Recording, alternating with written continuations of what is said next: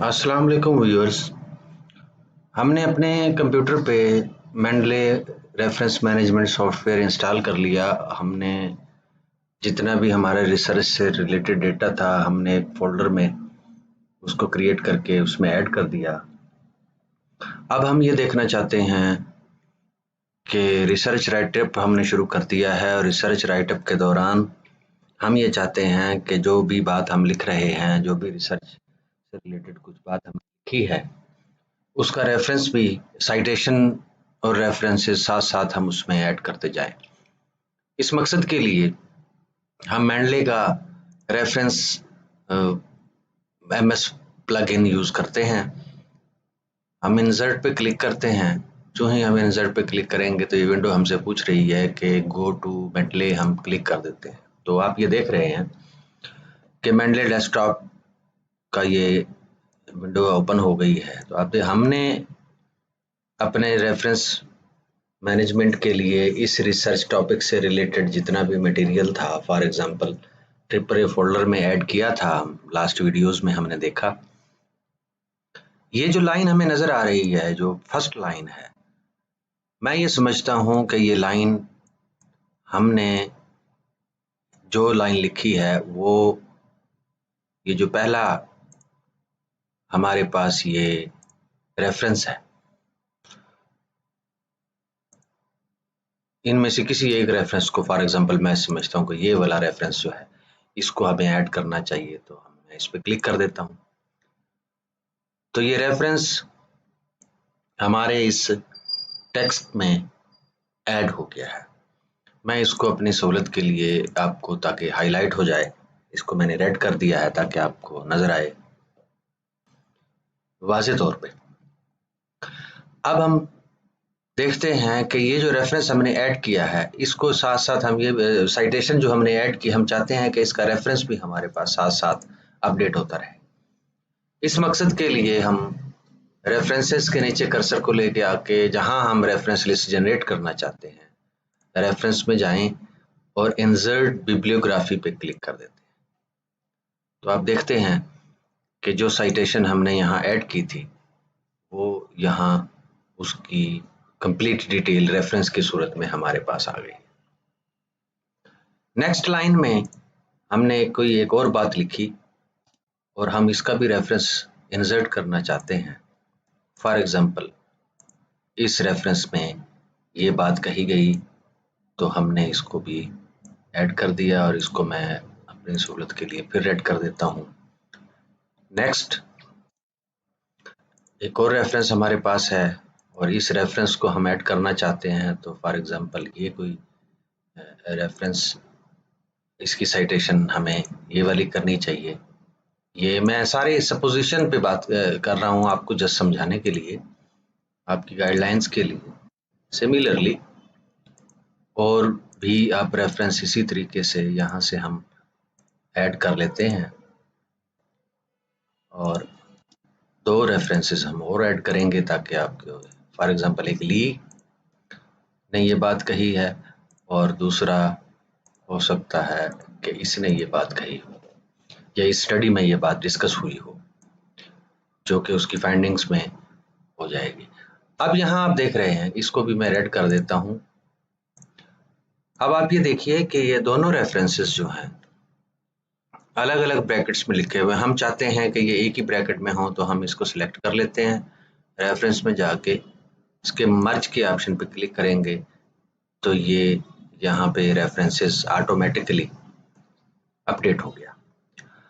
इसके साथ साथ देखें जितनी भी साइटेशंस हमने ऐड की हैं, पहले हम इसको एक पैराग्राफ की शक्ल दे देते हैं ताकि आपको देखना आसान हो जाए और एक पैराग्राफ की सूरत बन जाए, ताकि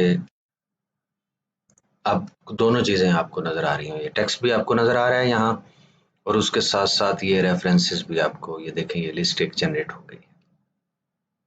अब नेक्स्ट प्रोसेस जो हमारा है वो ये है कि हमने ये देखना है कि हम किस रेफरेंस स्टाइल में अपने रेफरेंसेस को, या साइटेशंस और रेफरेंसेस स्टाइल हम कौन सा यूज़ करना चाहते हैं। मिसाल के तौर पे मोस्टली सोशल साइंसेज और ह्यूमैनिटीज़ के, इकोनॉमिक्स के बहुत मोस्टली जर्नल्स जो हैं वो एपीए स्टाइल्स यूज़ करते हैं, बट ये कुछ ज़रूरी भी नहीं है। ये टोटली डिपेंड करेगा कि अगर आप थीसिस लिख रहे हैं तो आपकी यूनिवर्सिटी ने जो थीसिस का फॉर्मेट दिया है वो थीसिस फॉर्मेट आपके रेफरेंस रिक्वायरमेंट, उसके स्टाइल की रिक्वायरमेंट क्या है, ये आपको यूनिवर्सिटी का टेम्पलेट से पता चलेगा कि आप कौन सा रेफरेंस यूज़ कर सकते हो। सिमिलरली अगर आप किसी जर्नल में कोई पब्लिकेशन करना चाह रहे हैं तो ये जर्नल्स की ऑथर गाइडलाइंस आपको बताएंगी कि वो खास जर्नल जो है वो किस किस्म का रेफरेंसिंग स्टाइल यूज़ करता है। अगर आप एपीए स्टाइल इसको चाहते हैं तो जस्ट एपीए स्टाइल पे क्लिक कीजिए और जो ही आप इस पे क्लिक करते हैं तो आप देखते हैं कि आपका सारा रेफरेंसिंग स्टाइल जो है वो चेंज हो गया है और ये रेफरेंसिंग स्टाइल अब एपीए 7th एडिशन में चेंज हो गया है। अब देखें जो भी एपीए का 7th एडिशन का जो स्टाइल है वो उसी तरीके से उसने आपके रेफरेंसेस को लिस्ट कर दिया है। नेक्स्ट, आप चाहते हो कि आप अब इसका स्टाइल चेंज करना चाह रहे हैं तो फॉर एग्जांपल आप IEEE में इसको लिखना चाहते हैं कि आप चाहते हो कि आपका रेफरेंसिंग स्टाइल IEEE में आ जाए। IEEE स्टाइल पे क्लिक कर देंगे तो आप देखते हैं कि ऑटोमेटिकली आपका जो ये रेफरेंसिंग स्टाइल है वो एपीए स्टाइल में आ गया है, IEEE स्टाइल में आ गया है और यही IEEE स्टाइल रेफरेंस लिस्ट में भी अपडेट हो गया है। ये IEEE का जो स्टाइल है ये आम तौर पर इंजीनियरिंग और कंप्यूटर साइंसेस या नेचुरल साइंसेस के कुछ जर्नल में भी IEEE स्टाइल्स यूज़ होता है। तो ये डिपेंड करता है कि आपको कौन सा रेफरेंसिंग स्टाइल चाहिए। अच्छा, कुछ रेफरेंसिंग स्टाइल्स जर्नल स्पेसिफिक भी होते हैं। बाज़ औक़ात कुछ जर्नल्स के अपने रेफरेंसिंग स्टाइल्स होते हैं। फॉर एग्जांपल ये एक रिसर्च जर्नल है एनर्जी रिपोर्ट्स। अगर इस पेपर में अगर आप सबमिट करवा रहे हैं अपना पेपर, इस जर्नल में अगर आप अपना पेपर सबमिट करवा रहे हैं और ऑथर गाइडलाइंस आपको बता रही हैं कि एनर्जी रिपोर्ट्स का अपना रेफरेंसिंग स्टाइल है तो आप इस पे क्लिक कर दें तो ये देखें ये अब ये सिलेक्ट हो गया और इसको डन कर दें।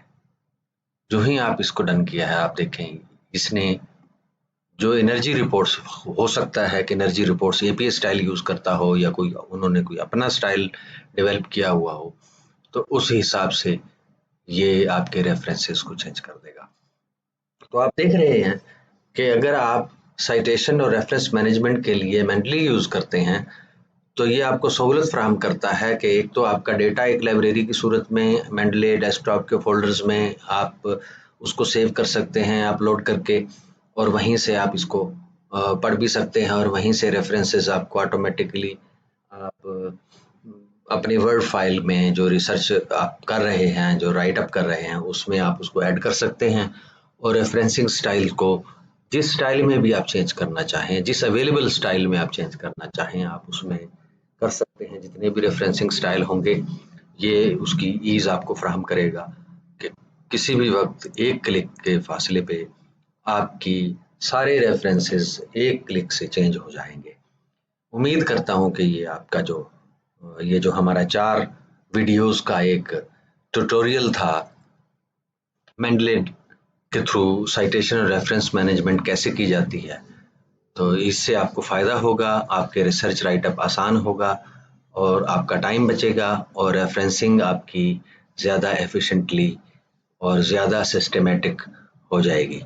Thank you very much.